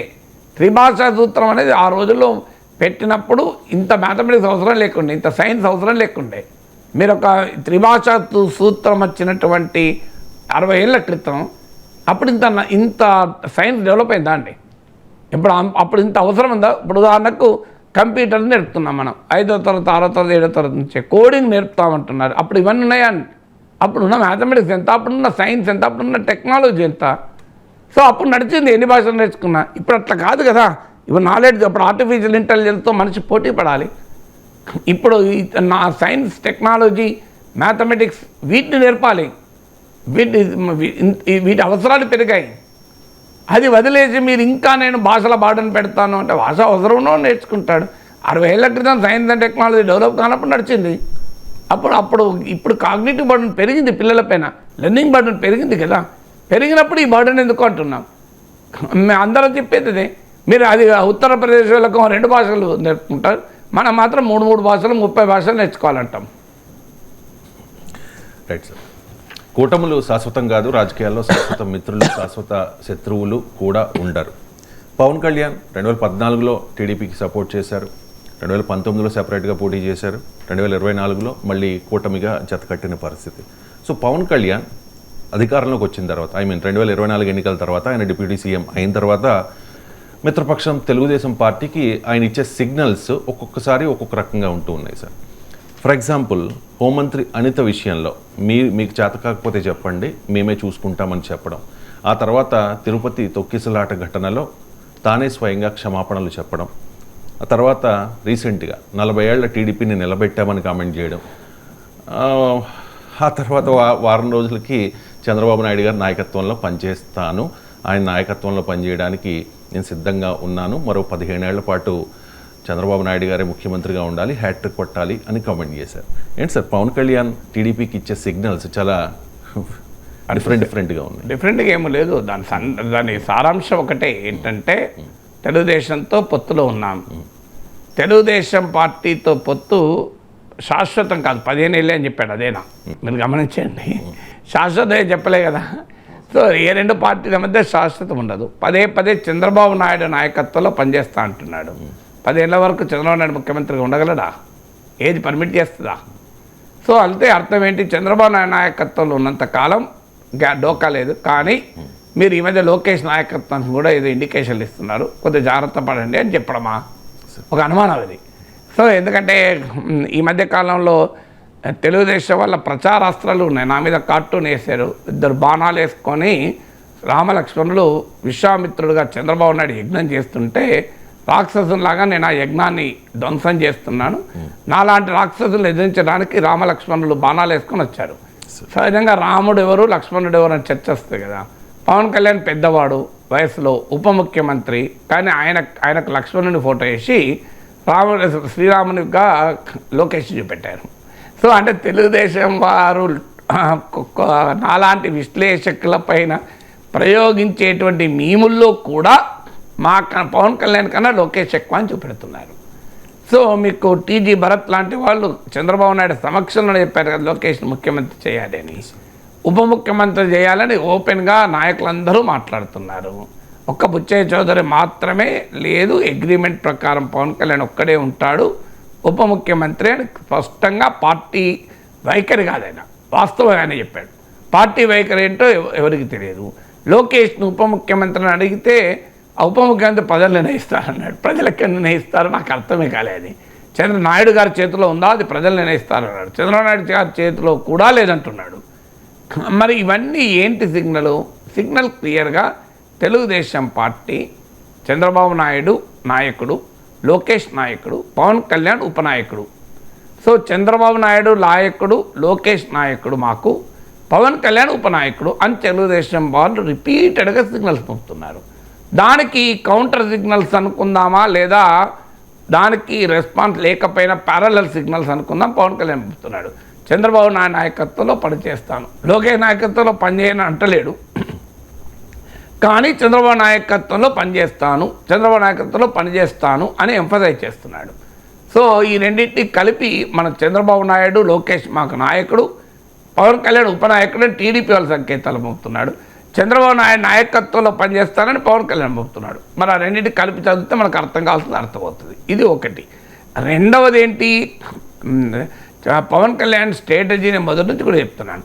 టీడీపీ అనుసరించే, చంద్రబాబు నాయుడు ప్రభుత్వం అనుసరించేటువంటి ప్రజోపయోగ పనుల వల్ల వచ్చే ప్రయోజనాన్ని జనసేన పొందదలుచుకుంది. టీడీపీ ప్రజల్లో అసంతృప్తి కలిగించే పనులు చేసినప్పుడు దాని బిల్లు తాను చెల్లించదలుచుకోలేదు. అంటే ఎక్కడ యూనిటీ, ఎక్కడ స్ట్రగుల్, ఎక్కడ కలవాలి, ఎక్కడ విడగొట్టుకోవాలి అనేది చాలా స్పష్టంగా పవన్ కళ్యాణ్ చేస్తున్నాడు. అందుకే హోంమంత్రి ఆ విషయంలో ఆ రకంగా మాట్లాడాడు. టీటీడీ విషయంలో క్లియర్గా తెలుగుదేశం వాళ్ళు గత జగన్ ప్రభుత్వం అనుసరించినటువంటి టోకన్ విధానం వల్లనే ఇది జరిగింది, దీనికి జగనే తప్పు అని చెప్తుంటే, లేదు మాదే తప్పు, మేము క్షమాపణ చెప్తున్నాం అన్నాడు. అని టీటీడీ చైర్మన్ క్షమాపణ చెప్పమని కూడా పరోక్షంగా ఆదేశించాడు. దానికి టీటీడీ చైర్మన్ ఎవరో ఏదో చెప్తే చేస్తానా అని తర్వాత దాని బ్యాక్లాష్ ఎదుర్కొని సరి చేసుకొని పవన్ కళ్యాణ్ చెప్పిన విధంగా చేశాడు కూడా. ఇదంతా ఎందుకు జరుగుతోంది అంటే, ఎక్కడైతే తెలుగుదేశం ప్రభుత్వ విధానాల వల్ల అసంతృప్తి కలిగే అవకాశం ఉందో ఆ అసంతృప్తి భారము తాము మోయదలుచుకోలేదు, అసంతృప్తి బిల్లు జనసేన చెల్లించదలుచుకోలేదు. కానీ ప్రజల్లో ఈరోజు తన వల్ల కూటమి ఐక్యత దెబ్బతింటోంది, తన వల్ల జగన్మోహన్ రెడ్డి మళ్ళీ అధికారంలోకి వచ్చే పరిస్థితి ఏర్పడింది, తన వల్ల చంద్రబాబు నాయుడు అస్థిరపడ్డాడు అనే మెసేజ్ పోకూడదు అన్నది పవన్ కళ్యాణ్ అంచనా. ఎందుకంటే చంద్రబాబు నాయుడు ప్రభుత్వాన్ని నిలబెట్టింది తానే అని చెప్తూ చంద్రబాబు నాయుడు ప్రభుత్వాన్ని తానే అస్థిరపరిస్తే ప్రజలు అంగీకరించరు. అలాగే జగన్మోహన్ రెడ్డికి వ్యతిరేకంగా ఓటు చీలకూడదు అని కష్టపడి తాను నిలబెడితే దానికి మళ్ళీ తూట్లు పడిచి జగన్మోహన్ రెడ్డికి ప్రయోజనం కలిగిస్తున్నాడు పవన్ కళ్యాణ్ అనే భావన ప్రజల్లో కలిగితే జనసేన దెబ్బతింటుంది. అందువల్ల తెలుగుదేశంతో సంబంధాలు తన చర్యల వల్ల, తన విధానాల వల్ల దెబ్బతినవు అని క్లియర్గా పవన్ కళ్యాణ్ మెసేజ్ ఇస్తున్నాడు. ఇక తర్వాత ఏమవుతుంది, తెలుగుదేశం అనుసరించే విధానాల వల్ల ఏమైనా జరిగితే దానికి పవన్ కళ్యాణ్ బాధ్యుడు కాదు. మీకు ఎక్కడా పవన్ కళ్యాణ్ ఇప్పటి వరకు తాను ముఖ్యమంత్రి పదవికి పోటీదారు, చంద్రబాబు నాయుడు ప్లేస్ తర్వాత తనదే ఈ ప్లేసు, చంద్రబాబు నాయుడుతో తాను పోటీ అని ఎక్కడా చెప్పలేదు. చాలా జాగ్రత్తగా చంద్రబాబు నాయుడుకు తాను చంద్రబాబు నాయుడు స్ఫూర్తితో పనిచేస్తున్నాను, చంద్రబాబు నాయుడు నాయకత్వంలో పనిచేస్తున్నాను, చంద్రబాబు నాయుడు నుంచి నేర్చుకుంటున్నాను అని తన రోల్ చంద్రబాబు నాయుడు తర్వాత రోలే అని చెప్తున్నారు. ప్రాబ్లం ఎక్కడ వచ్చింది? ప్రాబ్లం పవన్ కళ్యాణ్తో రాలే, ప్రాబ్లం తెలుగుదేశం వాళ్ళతో వచ్చింది. ఏంటి వాళ్ళ ప్రాబ్లం? పవన్ కళ్యాణ్ కన్నా మా లోకేష్ ఎక్కువ అని మొదలుపెట్టారు. లోకేష్ను ఉప ముఖ్యమంత్రి చేయాలి, లోకేష్ ఉప ముఖ్యమంత్రి చేస్తే పవన్ కళ్యాణ్ తగ్గినట్టే కదా. ఎందుకంటే ముఖ్యమంత్రి కుమారుడు, భవిష్యత్ ముఖ్యమంత్రి, మేజర్ పార్టీ నాయకుడు. లోకేష్ వచ్చి ఉప ముఖ్యమంత్రి అయ్యాక పవన్ కళ్యాణ్ స్టేషన్ తగ్గదా? ఇది ఆఖరికి లోకేష్ను ముఖ్యమంత్రి చేయాల్సిన సమయం వచ్చినప్పుడు చేసుకునే హక్కు టీడీపీకి ఉంటుంది. ఎందుకంటే ఆ పార్టీకి ఎవరు నాయకత్వం వహించాలనేది పవన్ కళ్యాణ్ నిర్ణయించాడు, జనసేన నిర్ణయించాడు. ఆ పార్టీకి నాయకుడు మారినప్పుడు కలిసి ఉండాలా లేదా పవన్ కళ్యాణ్ ఇష్టం అది. కానీ టీడీపీకి లోకేష్ చేయకూడదని వేరే వాళ్ళు ఎట్లా చెప్తారు? కానీ ఆ సందర్భం వచ్చినప్పుడు చేయడం వేరు, ఇప్పటి నుంచే కుంపటి పెట్టడం వేరు. ఇప్పటి నుంచి ఎక్కడాగా పట్టుకొచ్చారంటే ఆఖరికి మీములలో కూడా, కార్టూన్లలో కూడా లోకేష్ ఈ సుపీరియర్ టు పవన్ కళ్యాణ్ అనేది ఎస్టాబ్లిష్ చేస్తున్నారు. అందుకే లోకేష్ను వల్లనే అధికారంలోకి వచ్చాం, లోకేష్ యువగలం వల్లనే అధికారంలోకి వచ్చాం అని లోకేష్ను ఎలివేట్ చేసే క్రమంలో పవన్ కళ్యాణ్ను పరోక్షంగా తగ్గిస్తున్నారు. మహామంత్రి తిమ్మర్స్ కథ ఉంటుంది. ఒక గీతను చిన్నదిగా చేయాలంటే పెద్ద గీత గీస్తారు. ఇక్కడ గీత పవన్ కళ్యాణ్ అనే నాయకుడు పాత్ర ఉంది. ఆ పాత్ర అనే గీతను తగ్గించాలంటే ఏం చేయాలి? దాన్ని తగ్గించలేదు, ఎందుకంటే అది చరిత్ర చెప్పిన వాస్తవం. ఇది man of the match. Chandrababu Naidu భాషలో చెప్పాలంటే ఇది గేమ్ చేంజర్. ఇప్పుడు గేమ్ చేంజర్ను గీత తగ్గించలేరు కదా, అందుకే లోకేష్ గీత పెద్ద గీస్తున్నారు. ఈ తెలుగుదేశం వాళ్ళు గీస్తున్నారు, జనసేన వాళ్ళు ఎక్కడ గీయడం లేదు. చంద్రబాబు నాయుడు కన్నా పెద్ద గీత పవన్ కళ్యాణ్ గీసారా? ఇంతవరకు మీరు గమనించారు పవన్ కళ్యాణ్ మాటలు ఎక్కడన్నా నేను చంద్రబాబు నాయుడు కన్నా సుపీరియర్ అనే మెసేజ్ ఎక్కడ ఇవ్వలే. ఆ జాగ్రత్త పవన్ కళ్యాణ్ పడుతున్నాడు, నేను చంద్రబాబు నాయుడు నాయకత్వంలోనే ఉన్నాను అని. కానీ తెలుగుదేశం వారు అత్యుత్సాహంతోనో తొందరపాటుతోనో కారణాలు ఏదైనా రాధాకృష్ణ గారి భాషలో చెప్పాలంటే రాజకీయాలు నిశ్చలంగా ఉండవు కనుక పవన్ కళ్యాణ్ ముందు పెట్టి బీజేపీ జాతీయ నాయకత్వం తెలుగుదేశానికి ప్రత్యామ్నాయంగా ఎదగాలని ప్రయత్నిస్తోంది ఏబిఎన్ రాధాకృష్ణ వ్యాఖ్య. ఆ అనుమానంతోనో ఆ వాసనతోనో పవన్ కళ్యాణ్ కన్నా మా లోకేషే ఎక్కువ అని చెప్పదలుచుకున్నారు. ఆ చెప్పే క్రమంలో పవన్ కళ్యాణ్కు లక్ష్మణుని కలర్ లాగా చూపెడుతున్నారు, లోకేష్ను శ్రీరాములాగా చూపెడుతున్నారు అలాంటి వాళ్ళ మీద అటాక్ చేయడానికి కూడా.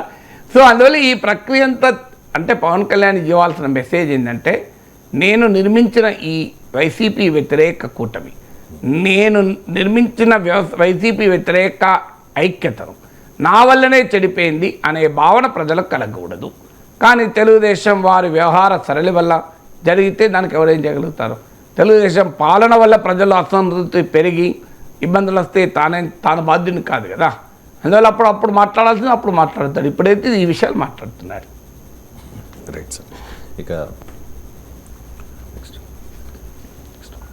డీలిమిటేషన్కు వ్యతిరేకంగా స్టాలిన్ నేతృత్వంలో జరిగిన భేటీకి తెలంగాణ నుంచి బీఆర్ఎస్ అండ్ కాంగ్రెస్ రెండు పార్టీల నాయకులు అటెండ్ అయ్యారు. రేవంత్ రెడ్డి కూడా అటెండ్ అయ్యారు, కేటీఆర్ కూడా. తెలుగు రాష్ట్రాలకు ఆంధ్రప్రదేశ్కి సంబంధించి చంద్రబాబు నాయుడు కానీ పవన్ కళ్యాణ్ కానీ హాజరవ్వాల. జగన్ అన్న హాజరవుతారా అంటే ఆయన కూడా ఒక లెటర్ రాసి ఊరుకున్నారు. సో చంద్రబాబు నాయుడు అండ్ పవన్ కళ్యాణ్ వీళ్ళిద్దరికీ ఆహ్వానం ఉంది సార్, వీళ్ళు ఎన్డీఏ కూటమిలో ఉన్నారు కాబట్టి వెళ్ళలేదు అనుకోవచ్చు. మరి జగన్ ఎందుకు వెళ్ళలేదు? లెటర్ రాసి ఊరుకున్నారు ఎందుకు? మీరు అన్నట్లు చంద్రబాబు నాయుడు పవన్ కళ్యాణ్లు వెళ్ళలేదు అంటే దానికి ఒక పొలిటికల్ జస్టిఫికేషన్ ఉంది. ఎందుకంటే బీజేపీపై పోరాటానికి మీటింగ్ పెడితే ఆ మీటింగ్లో చంద్రబాబు నాయుడు ఎట్లా వెళ్తాడు, పవన్ కళ్యాణ్ ఎట్లా వెళ్తాడు? వాళ్ళు వెళ్ళకపోవడమే కరెక్ట్ రాజకీయంగా. వారు కూడా డీలిమిటేషన్ పైన మాట్లాడాలి అని అంటున్నాను తప్ప చంద్రబాబు నాయుడు డీలిమిటేషన్ వ్యతిరేక రాజకీయ కృషికి నాయకత్వం వహించాలి అంటున్నాను. రాజకీయ పోరాటానికి కూడా అంటలేను, నేను చాలా జాగ్రత్తగా ఈ పదం వాడుతున్నాను. డీలిమిటేషన్ పైన సౌత్ ఇండియాకు నష్టం కలగకుండా చూసే రాజకీయ కృషికి చంద్రబాబు నాయుడు నాయకత్వం వహించాలి, పోరాటం కాదు నేను చెప్పేది. ఎందుకంటే మోడీ నాయకత్వంలో ఎన్డీఏలో ఉంటూ పోరాటం చేయమని నాలాంటి వాళ్ళు ఎలా చెప్తాం? తప్పక సరైనది కూడా కాదు కదా. కానీ ఆ రాజకీయ కృషి అయితే జరగాలి కదా. ఇంకోటి నేను చెప్పేది అంటే బీజేపీతో ప్రతి దాంట్లో వంతపడాల్సిన అవసరం లేదు. బీజేపీతో డిఫర్ కావాల్సిన అంశంలో డిఫర్ కావచ్చు. ఇప్పుడు మోడీ ఇఫ్తార్ పార్టీ ఇస్తాడా ఎక్కడన్నా? మీరు అమిత్ షా ఇఫ్తార్ పార్టీ ఇస్తాడా? జేపీ నడ్డా ఇఫ్తార్ పార్టీ ఇస్తాడా ఎక్కడన్నా? అసలు ఇఫ్తార్ పార్టీలో పోతాడా వీళ్ళు? మరి ఇవాళ చంద్రబాబు నాయుడు రాష్ట్ర ప్రభుత్వ డబ్బులతో ఇఫ్తార్ పార్టీ పెడుతున్నాడు. దానికి 1.5 కోట్లు 2 కోట్లు కేటాయించాడు. బీజేపీ వైఖరి అంగీకరిస్తుందా బీజేపీ? నాకు చెప్పండి. ఇది ప్రభుత్వ ఖర్చులతో ఇఫ్తార్ పార్టీ ఇవ్వడాన్ని బీజేపీ అంగీకరిస్తుందా? మీరు అడగండి సోమవీర్రాజు ముందు మైక్ పెట్టి, మోమాటలు కూడా చెప్తాడు. మీరు బండి సంజయ్ అడగండి, మోమాటలు కూడా చెప్తాడు. ఇది మేము అంగీకరించాం. రాజాసింగ్ని అడగండి, అంగీకరిస్తాడా? ఒకవేళ రేవంత్ రెడ్డి ప్రభుత్వం ఈ పని చేసినప్పుడు బీజేపీ అంగీకరిస్తుందా? అందువల్ల క్లియర్గా బీజేపీతో ఇఫ్తార్ పార్టీ విషయంలో క్లియర్గా తాను డిమార్కెట్ చేసుకుంటున్నాడు చంద్రబాబు నాయుడు. అలాగే ముస్లింలో ఉన్న బీసీలకు రిజర్వేషన్ల గురించి ఇది సంతుష్టీకరణ రాజకీయం కాదా అంటే లోకేష్ సూటిగా మోడీతో రిఫర్ అయ్యాడు. లేదు, ఇది మా దృష్టిలో సామాజిక న్యాయం అని. ఇది ఎన్డీటీవీ ఇంటర్వ్యూలో, ఇది it not Muslim appeasement as BJP is alleging అంటే నో, ఇట్ ఈజ్ సోషల్ జస్టిస్ అన్నాడు. అంటే ముస్లింల ఓటు బ్యాంకు విషయంలో బీజేపీతో తాము కలిసి ఉండడం వల్ల దెబ్బతింటుంది కనుక అక్కడ మాత్రం చాలా క్లియర్గా బీజేపీతో మోడీతో ధైర్యంగా చంద్రబాబు నాయుడు లోకేష్ డిమార్కెట్ చేసుకుంటున్నారు. కానీ తెలుగు ప్రజల ప్రయోజనాలు వచ్చే వరకు మాత్రం రాజీ పడుతున్నారు. బాధేసేది అదే. మీరు ఒక ఓట్ల కొరకు మైనారిటీల ఇష్యూలపైనేమో బీజేపీతో ఇంత జాగ్రత్తగా డిమార్కెట్ చేసుకుంటున్నారు. ముస్లింల మీటింగ్లు పెట్టి, క్రైస్తవుల మీటింగ్లు పెట్టి మేము మీతో ఉన్నా అని చెప్తున్నారు. అంటే మైనారిటీల, ముస్లింల, క్రైస్తవుల ఓట్ల కొరకు బీజేపీతో డిమార్కెట్ చేసినప్పుడు సమస్త తెలుగు ప్రజల ప్రయోజనాల కొరకు ఎందుకు డిమార్కెట్ చేసుకోరు అంటున్నాడు. అందుకే చంద్రబాబు లోకేష్ మీటింగ్ బొమ్మని అంటలేను. మీ ప్రయత్నంలో మీ పద్ధతిలో మీరు కృషి చేయండి. ఈ అన్యాయం జరగకుండా. సౌత్ ఇండియాకు అన్యాయం జరగదని నేను ఆశిస్తున్నాను అని పవన్ కళ్యాణ్ అంటాడు. మీ ఆశలు నమ్మకాలతో రాజకీయం ఉండదు కదా. రాజకీయం రియాలిటీ మీద జరుగుతుంది. చెప్పండి. మీరు ఒక్కసారి మోడీ గారికి వెళ్ళి చెప్పండి, సార్ ఇది సౌత్ ఇండియాకు నష్టం జరగకుండా చేయండి. మీరు ఇవాళ 543 లోక్సభ సీట్లలో దీన్ని మార్చకుండా మరో 25 ఏళ్ల పాటు ఫ్రీజ్ విధించండి. దీనికి అడుగుతున్నది ఏంటి? చెన్నై మీటింగ్లో ఇంకో 25 ఇయర్స్ వరకు ఈ ఫ్రీజ్ కంటిన్యూ చేయండి అంటున్నారు. లేదు, మీరు సీట్లు పెంచితే ఇప్పుడు ఒక్కొక్క రాష్ట్రానికి టోటల్ పార్లమెంట్ సీట్లు ఎంత వాటా ఉందో ఆ నిష్పత్తిని మెయింటైన్ చేసేలా పెంచండి అంటున్నారు. ఈ రెండు చంద్రబాబు నాయుడు చెప్పమంటున్నాను అంతే. కానీ చంద్రబాబు నాయుడు చెన్నై మీటింగ్ ఎందుకు వెళ్ళలేదని నేను అన్నాను. చెన్నై మీటింగ్కి ఎట్లా వెళ్తారు? అది మోడీ పైన పోరాటం చేస్తానికి మీటింగ్ పెడితే దాంట్లో చంద్రబాబు నాయుడు వెళ్ళాలి అని కోరుకోవడం కూడా కరెక్ట్ కాదు. కానీ సబ్జెక్టు వదలకూడదు కదా అని నేనేది. ఇక జగన్మోహన్ రెడ్డి ఎందుకు పోలేదు అని. జగన్మోహన్ రెడ్డి వాస్తవంగా బీజేపీ పట్ల వ్యతిరేకతను తన రాజకీయంగా ఉపయోగించుకోవచ్చు. ఆంధ్రప్రదేశ్కు ప్రత్యేక హోదా ఇవ్వకపోవడం, ఆంధ్రప్రదేశ్కు విభజన హామీలు అమలు కాకపోవడం, ఇలాంటి చాలా ఇష్యూస్ ఉన్నాయి. కానీ తనకున్న సిబిఐ ఈడీ కేసుల ద్వారా మోడీతో పోరాడేటువంటి స్థైర్యాన్ని జగన్ కోల్పోయాడు. ఎందుకంటే జగన్కు తెలుసు, ఒక్కసారి మోడీపై పోరాడితే హేమంత్ సోరెన్కి ఏమైంది, అరవింద్ కేజ్రీవాల్కి ఏమైంది, జగన్కు తెలుసు కనుక జగన్ పోరాడదలుచుకోలేదు.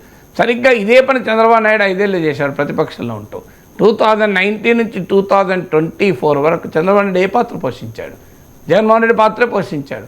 ఇద్దరు కూడా కలిసి బీజేపీకి అనుకూలంగా పార్లమెంట్లో ఓట్లు వేశారు. మీరు పార్లమెంట్లో ఓటింగ్ ప్రక్రియ చూడండి. అవిశ్వాస తీర్మానం పైన ఓటింగ్ జరిగితే టీడీపీ వైసీపీ ఒకే రకంగా ఓటేసింది. రాష్ట్రపతి ఎన్నిక ఓటింగ్ జరిగితే టీడీపీ వైసీపీ ఒకే రకంగా ఓటేసింది. ఉపరాష్ట్రపతి ఎన్నిక జరిగితే టీడీపీ వైసీపీ ఒకే రకంగా ఓటేసింది. ఆఖరికి ఒక రాష్ట్ర అధికారాలకు కళ్ళం వేస్తూ యూనియన్ టెరిటరీ ఢిల్లీ పైన బిల్లు తెస్తే దానిపైన కూడా టీడీపీ వైసీపీ ఒకే రకంగా ఓటేసింది. మీరు చూడండి, పార్లమెంట్లో ఓటింగ్ ప్రక్రియ చూడండి. టీడీపీ వైసీపీ ఒకే రకంగా ఓటేస్తాయి. చంద్రబాబు నాయుడు జగన్లో ఆంధ్రప్రదేశ్లో కొట్టుకుంటారు, ఢిల్లీలో కలిసి ఉంటారు. ఢిల్లీలో మోడీ కొలువులో అందరూ ఒకటే. సో అందువల్ల ఇవాళ అవకాశం ఉండి కూడా ఎందుకు పోగొట్టుకుంటున్నాడు జగన్ అంటే కారణం మోడీతో పెట్టుకోదలుచుకోలేదు. సో మోడీతో ఘర్షణ పడడం, ధైర్యం లేకపోవడం కావచ్చు, రాజకీయంగా తనకు ఇబ్బందులు వస్తాయనుకోవచ్చు, ఈడీ సిబిఐ కేసులు వస్తాయనుకోవచ్చు. ఎందుకంటే చంద్రబాబు నాయుడు ఎంత ఒత్తిడి తెచ్చినా జగన్మోహన్ రెడ్డి పైన సిబిఐ ఈడీ కేసులు 1 ఇంచు కూడా కదులుతలేవు. 2014 కదిలినా ఎక్కడన్నా ఎవరైనా 11 ఏళ్ల పాటు అజేయంగా అవిశ్రాంతంగా బెయిల్ మీద ఉంటాడా ఎవరన్నా? అంత ఈజీనా?